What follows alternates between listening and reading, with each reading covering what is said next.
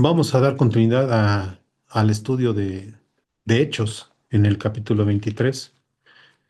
Vimos en la primera parte, en los primeros 5 versículos, lo que explicamos la semana pasada con respecto a la comparecencia de Pablo cuando fue llevado, o más bien, no fue llevado él, le trajeron al Sanedrín, Sí. ¿no? O sea, él estaba en un lugar y le trajeron al Sanedrín y casi, casi, pues como que lo acorralaron ahí para poderlo interrogar de una manera sumamente, pues hasta se puede decir violenta, ¿no? Porque cuando él hablaba, pues le Lo golpeaban. abofeteaban y cosas así, ¿no? Bueno, entonces ahora, para este momento, cuando se da ese primer encuentro con el Sanedrín, vemos que efectivamente Pablo habla con autoridad, habla con seguridad, habla sabiéndose ciudadano romano, sabiéndose fariseo, pero también sabiéndose ya hijo de Dios, sabiéndose ya seguidor de Cristo. Y eso es lo que principalmente le da pues la tranquilidad de cómo es que se puede expresar. Así que ahora vamos a continuar a ver qué pasó allá en Hechos, capítulo 23, a partir del versículo 6.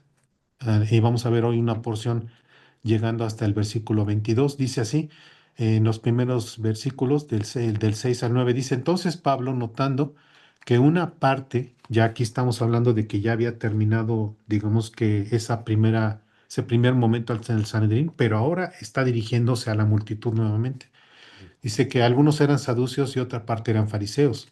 Así alzó la voz en el concilio y dijo, varones hermanos, yo soy fariseo, hijo de fariseo. O sea, se ubica, se identifica él. Se pone como diciendo de un lado, específicamente. Entonces dice aquí que es acerca de la esperanza y de la resurrección de los muertos se me juzga. O sea, porque él hablaba de que había resurrección. Y entonces dice, de lo que ustedes y yo sabemos como fariseos, de eso me están juzgando, me están cuestionando al respecto. Porque él hablaba de que Cristo había resucitado. Y entonces aquí entra la confrontación entre fariseos y saduceos, porque los saduceos no aceptaban la resurrección. Entonces dice el versículo 7, cuando dijo esto, se produjo disensión entre los fariseos y los saduceos, y la asamblea se dividió. Entonces, como diría aquí una recomendación, ¿no? Divide y vencerás. O sea, aquí aparentemente Pablo estaba ante un grupo de adversarios suyos, donde todos lo estaban cuestionando a él, Ujú. ¿sí? ¿Y qué hace Pablo? Pues hábilmente, inteligentemente y con la influencia del Espíritu Santo, genera que ellos se dividan. Y entonces lo que hacen es que una parte toman partido por él y la otra parte se van en contra de los que tomaron partido por él. Mm. Entonces dice, porque los saduceos dicen que no hay resurrección, ni ángel, ni espíritu, pero los fariseos afirman estas cosas. Y hubo un gran vocerío. Se empezaron a pelear entre ellos. Ya se olvidaron de Pablo Ujú. y se empezaron a pelear entre ellos. Dice, y levantándose los escribas de la parte de los fariseos, contendían diciendo, esto a mí me llama mucho la atención, que dicen los fariseos, dicen, ningún mal hallamos en este hombre. ¿Cómo? Ujú. Si primero lo estaban casi, casi queriendo Escuchando. encarcelar y matar, y ahora resulta que cuando él logra tener esa disensión entre saduceos y fariseos, él utiliza justamente ese argumento de que él hablaba de la resurrección para ganarse de su lado a los fariseos. Ujú. Y entonces dice, ningún mal hallamos en este hombre. Pero aquí viene lo que a mí más me llama la atención. Dice que si un espíritu le ha hablado o un ángel, no, ¿qué dice? No resistamos. Ah, caray, no resistamos a Dios. ¿Qué significa eso? Que Dios les está hablando. Ellos no lo afirman, pero dicen, Que va a hablar. no vaya a ser que este hombre llamado Pablo nos está hablando por conducto, o sea, que Dios nos está hablando por conducto de él. Entonces, cuidado. Eso es importante porque justamente aquí ya Pablo como que empieza a inclinar la balanza, como que ya por lo menos se ganó el beneficio de la duda, de al menos una parte de los que lo estaban atacando, ¿sí? Esta misma expresión o algo similar, en otras palabras, fue lo que dijo Gamaliel. Gamaliel que había sido el maestro de Pablo. cuando en algún momento él, encarando al Sanedrín, también les dice, y hace un recuento, dice, hubo un hombre que hizo esto y su movimiento se apagó. Surgió este otro hombre, lo mataron y se acabó. Pero, ¿qué dice Gamaliel? Si esto que dicen estos hombres, refiriéndose a las predicaciones que tenían en la iglesia primitiva, dice, si es cosa de los hombres, se disolverá. Pero si es cosa de Dios, decía Gamaliel, no seamos hallados contendiendo contra Dios. En otras palabras, o parafraseando más o menos lo que él decía. Pero es lo mismo que están diciendo aquí los fariseos. Están como lanzando una advertencia diciendo, híjole, pues mira, este hombre, Pablo, lo conocemos, se formó con Gamaliel, es conocedor del Antiguo Testamento, es fariseo, es uno de los nuestros, decían los fariseos. Entonces, en una de esas él tiene razón, y en una de esas sí se le apareció ese Jesús del que nos acaba de hablar. Ya dejó sembrada una duda razonable. Eso es de alguna manera lo que nos suele pasar cuando vemos que la palabra de Dios es predicada. Muchas de las veces las personas nos encontramos con que dicen, ah, bueno, eso es lo que tú dices. No, eso es lo que tú dices, pero yo creo esto otro. No, no, espérame. Mira, para que no sea lo que yo digo ni lo que tú dices, vamos a leer la escritura. ¿Qué es lo que dice? ¿Qué es lo que dice la escritura? ¿Qué es lo que dice la Biblia? Y ahí es donde podemos salir de dudas. Mira, ¿qué es lo que se dice o qué es lo que se enseña en un grupo respecto a la salvación? No, es que unos dicen que la salvación es por obras y ustedes, los protestantes, se utiliza mucho la palabra protestantes como si protestante fuera una religión. Lo que pasa es que la palabra protestante se le asignó a aquellos que protestaban dentro de la Iglesia Católica, uno de ellos Martín Lutero. Ujú. Pero no es que digamos, ah, ¿y tú de qué religión eres? No, pues yo soy católico o soy protestante. No, no, no. Protestante no es una religión ni es una denominación. Puede ser que diga soy cristiano, soy evangélico, soy presbiteriano, etcétera. Las denominaciones puede haber muchas, pero protestante no es una religión ni es una denominación. Sin embargo, se les dice a veces como genéricamente a todos aquellos que no son católicos, dentro, digamos, de lo que se puede encuadrar como el conocimiento del cristianismo. Pero en realidad son cosas completamente distintas. Entonces, si en una congregación católica se enseña que hay que hacer obras, que hay que confesarse delante de un sacerdote para poder alcanzar la salvación, eso es incorrecto de acuerdo a la Biblia, no de acuerdo a lo que digan los cristianos, no de acuerdo a lo que digan los evangélicos, no de acuerdo a lo que decidieron adoptar como dogma un grupo de personas. Es de acuerdo a lo que dice Muy bien. la palabra de Dios. Si la palabra de Dios dice que no por obras para que nadie se gloríe, eso es incuestionable. Para católicos, para cristianos y para cualquier otra persona que lea la Biblia.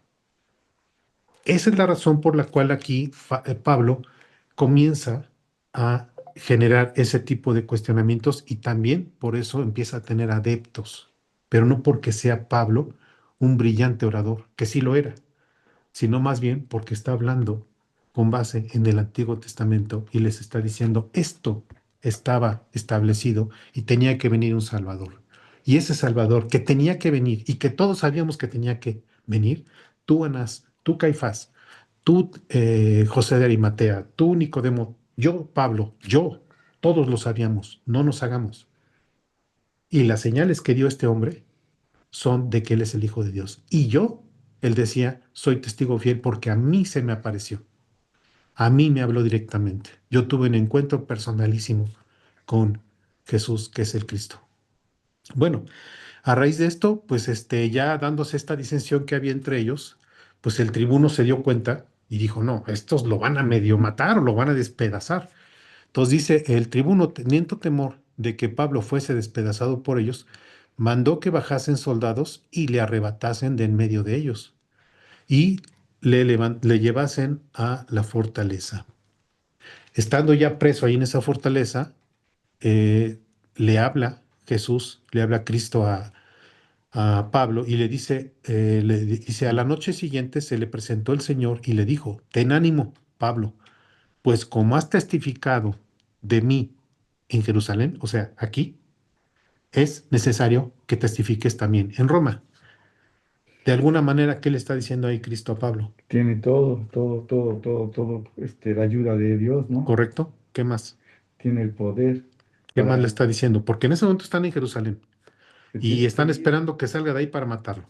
si no va a ir, no le ¿Qué, va a qué pasar nada, Exactamente, hermano. no le va a Le pasar está nada. diciendo Cristo, Pablo, de esta, o sea, en algún momento vas a morir, pero no hoy. Entonces, Hoy no vas a morir. no va a ¿Por qué? pasar Porque nada. es necesario que vayas a Roma. Sí, está en ese Entonces, camino no te van a libre. matar aquí en Jerusalén, Pablo. Entonces, ¿qué hace? Eso le da tranquilidad a Pablo. No le da tranquilidad el ser ciudadano romano. No le da tranquilidad ser fariseo. Lo que le da tranquilidad son las promesas de Dios, las promesas del Señor Jesús, cuando le dice, así como acabas de testificar aquí en Jerusalén, Ya. vas a ir a testificar a Roma, prepárate. ¿Mm?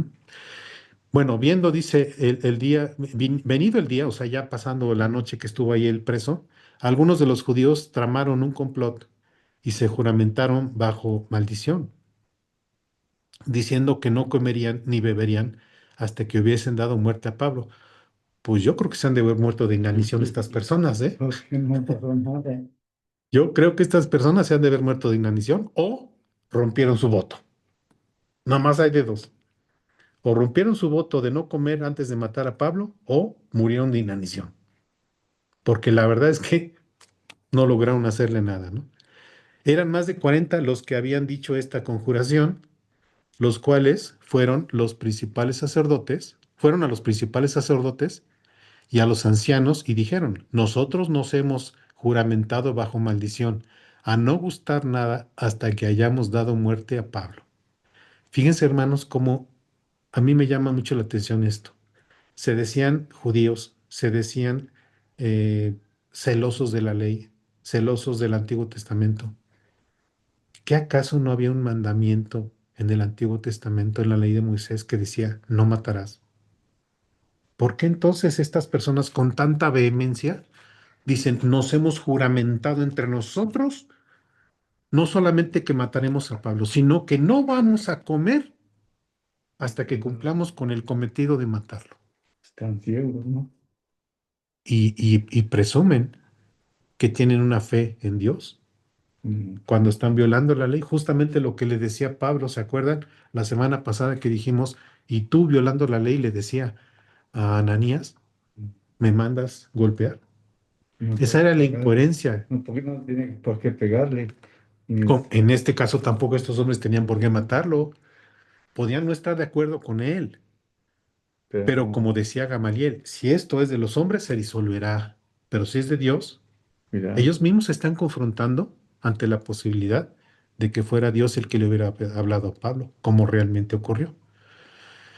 Dice en el versículo 15, ahora pues nosotros, con el concilio, requerid, ahora pues vosotros, les dice a los principales, dice, con el concilio requerid al tribuno que le traiga mañana ante vosotros, con engaños, ¿eh? Porque dice, como que queréis indagar alguna cosa más cierta acerca de él.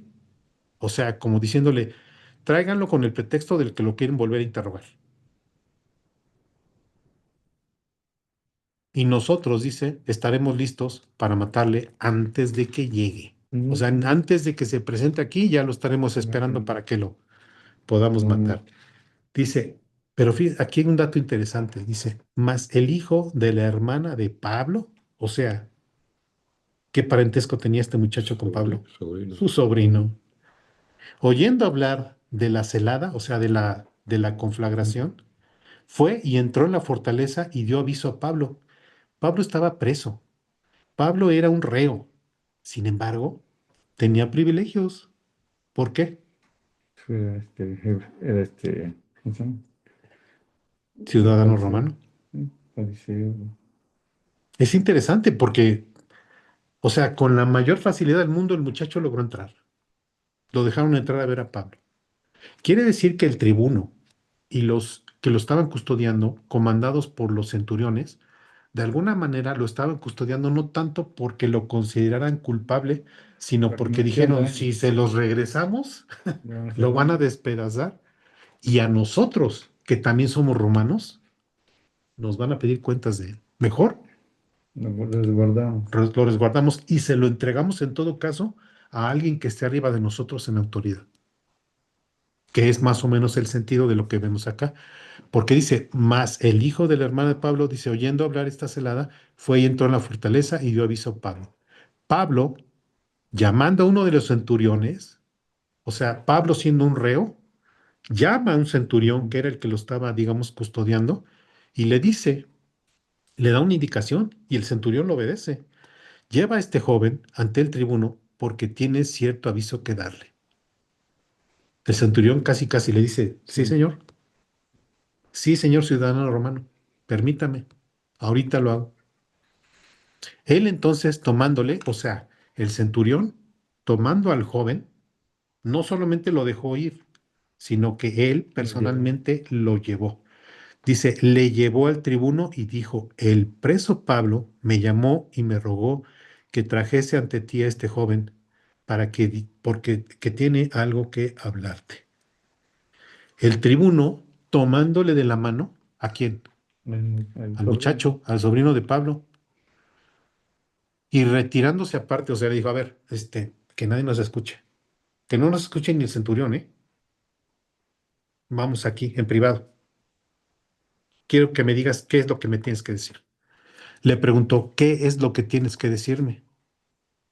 Él le dijo, los judíos han convenido en rogarte que mañana lleves a Pablo ante el concilio como que van a inquirir alguna cosa más, más cierta acerca de él.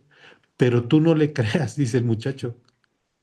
Le habla así como, tú no le vais a creer, porque más de 40 hombres de ellos le acechan, los cuales se han juramentado bajo maldición a no comer ni beber hasta que le hayan dado muerte, y ahora están listos esperando tu promesa.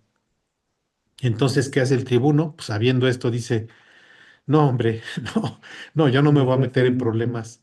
Le dice al joven, gracias, joven, por el aviso, que te vaya bien, ¿sí? Pero dice, mandándole que a nadie le dijese que había dado aviso de esto.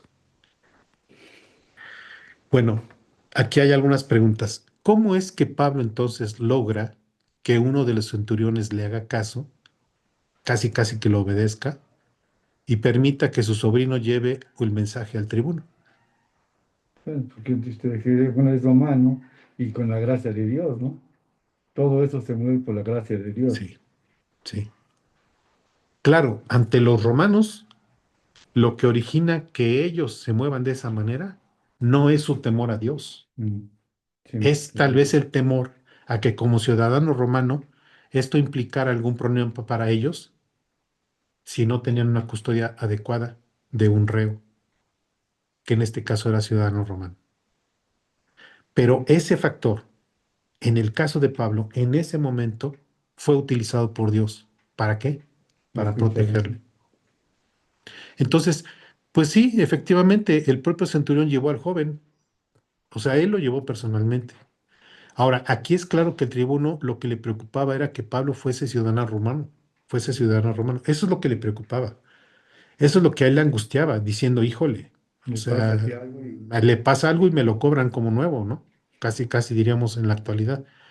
No, no hubiera querido él enfrentarse a cuestionamientos si es que en algún momento le hubieran dicho, oye, ¿qué pasó? Tenías a un tal Pablo en tus no, custodia y lo mataron. y es Y romano. mira, es ciudadano romano, aquí están los documentos que lo prueban. No, no, no, mejor yo no me meto en problemas, mejor vamos a ver en la próxima sesión qué fue lo que hizo este tribuno, pero por lo pronto dijo, pues qué bueno que me dices muchacho, porque Y no le digas a no nadie. le digas a nadie, ¿sí? Entonces, pues no, no queriendo enfrentar estos cuestionamientos respecto a lo que hubiese ocurrido con Pablo, pues mejor toma sus precauciones y lo deja bajo custodia, ¿no? Ahora, insisto, y esto debe ser muy claro. No es que el tribuno quisiera proteger a Pablo porque dijera, es que es inocente, es que realmente sí se le reveló Cristo, es que sí él está trayendo una doctrina sana. Mm, mm. El tribuno ni idea tenía de eso. ¿Qué era lo que movía al tribuno para proteger la vida de Pablo? Su ciudadanía. su ciudadanía romana, en efecto.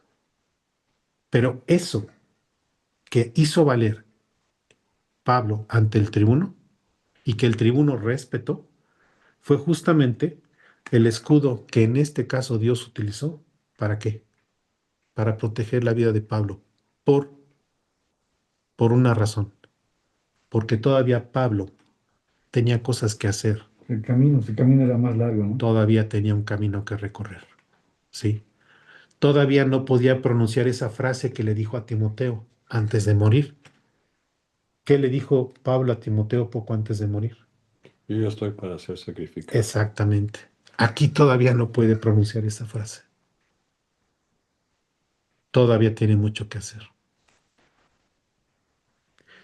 Entonces, más bien aquí lo que podemos decir es que Dios actúa a través de incluso algunas personas, aunque no le conozcan. Pero obviamente Dios en su soberanía y en su poder universal utiliza también aún aquellos que no le conocen y Sí. aún aquellos que incluso pudieran ser adversarios. Porque en el caso de los romanos, pues eran adversarios de los judíos, porque pues de hecho los dominaban, ¿no? En este caso, pues Pablo, digamos que todavía tenía encomiendas que cumplir de parte de Dios. Y si no, nada más hay que recordar lo que le dijo estando él en la celda. Así como testificaste aquí en Jerusalén, es Mm. necesario, por lo pronto, es necesario que vayas a Roma. Así que quédate tranquilo, que todavía no es tu hora. Ujú. Todavía no tienes forma de pronunciar esa frase de he peleado Me imagino la esa buena paz, batalla. ¿no? ¿Mm? Esa paz que le llegó y con esa Así voz es, que era la sí. paz que en esa noche le llegó, O sea, se sentirse más. es una manera de decirle, todavía no has concluido tu buena batalla, Pablo. Todavía no has peleado la buena batalla. Todavía te queda. Todavía necesito que seas instrumento en mis manos para seguir llevando la palabra. Esta es la tercera vez que habla Jesús con él, ¿no? Sí, sí. La tercera vez. Pues no sé exactamente si es Bueno, digo, más o menos bueno, lo que hemos la visto. tercera, pero en varias ocasiones se le Sí, manifestó. 4 veces. Ujú. Pues hablo con él. No, Sí. sí. Y son momentos específicos y muy concretos. No se crea, y bueno, para mí pues, me llena así como algo así, que le habla así a alguien que se usa así. Es muy, Lo yo, transmite, ¿no? yo por eso digo, hermanos, que todos los que somos cristianos, los que hemos conocido a Cristo como nuestro Salvador, podemos decir que hemos tenido un encuentro personal con Él. Sí, es cierto. Pero el encuentro que Pablo tuvo no fue personal, fue personalísimo, Sí. porque fue una voz específica que le habló en algún momento, que interactuó con él y que le dijo claramente lo que tenía que hacer. No, pero digo, es lo impactante, ¿no? De que Jesús le hable así, tranquilo, Ujú. vas a ir a un lugar y vas a hacer esto. Sí, Se sentía, bueno, uno siente, ¿no? Las palabras, uno lo escucha uno así. Yo, ay, joder, es como a Moisés cuando le habló Dios. exactamente. Sí. Y son, créeme, hermano, que son esas encomiendas que uno no puede atribuir a las virtudes de la persona. No, no, porque realmente Pablo no era así que dijéramos una persona con una conducta muy agradable delante de los ojos de Cristo, ¿no? Pues era perseguidor de cristianos. Sin embargo, ¿qué pasó? Que Cristo dijo, tú vas a ser mi instrumento. ¿Por qué? Porque se me da la gana. Así ocurre, Lo transformó. así ocurre muchas veces, lo cual nos lleva nuevamente a decir lo que hemos dicho. No es el ser humano, no es la persona, es la mano de Dios la que mueve a la persona y la que dispone lo que la persona tiene que hacer, independientemente de quién sea la persona. Y lo que yo quisiera subrayar es que Pablo es un ejemplo de cómo Dios utiliza a las personas para sus propósitos. Y claramente es así, porque el mismo Cristo dijo instrumento, le llamó instrumento. Y un instrumento es algo que utilizamos Día a día. con un objetivo específico. Un teléfono que está sonando. No, no está sonando. Pues no sé, algún comentario No, solo que es interesante cómo Dios protege a los suyos, ¿verdad? Y cuando tiene un plan, cuando tiene un plan, efectivamente. Cuando tiene un plan más supremo de lo que en ese momento pareciera que es importante, ¿no? más allá de lo que vemos. Más allá de lo que vemos. Sí, la otra vez también escuché lo que también creo que decía usted o usted. Era una cosa pequeña, grande, mediana, pero nos da un plan para hacer Un por propósito. un propósito en este mundo, ¿no? En esta vida con Él. Ujú. Aunque sea pequeñito, nos da un trabajo, a otros más medianos y otros más grandes. Pero todo nos da un propósito para llegar Sí. al punto donde Él quiere que lleguemos. Ujú. Es lo más importante, ¿no? Sí. Y lo interesante, hermanos, es pensar que eso lo hace Dios a través de la iglesia. Él quiere que los cristianos funcionen a través de la Así iglesia, es. como cuerpo, no que funcionen de manera aislada. Ujú.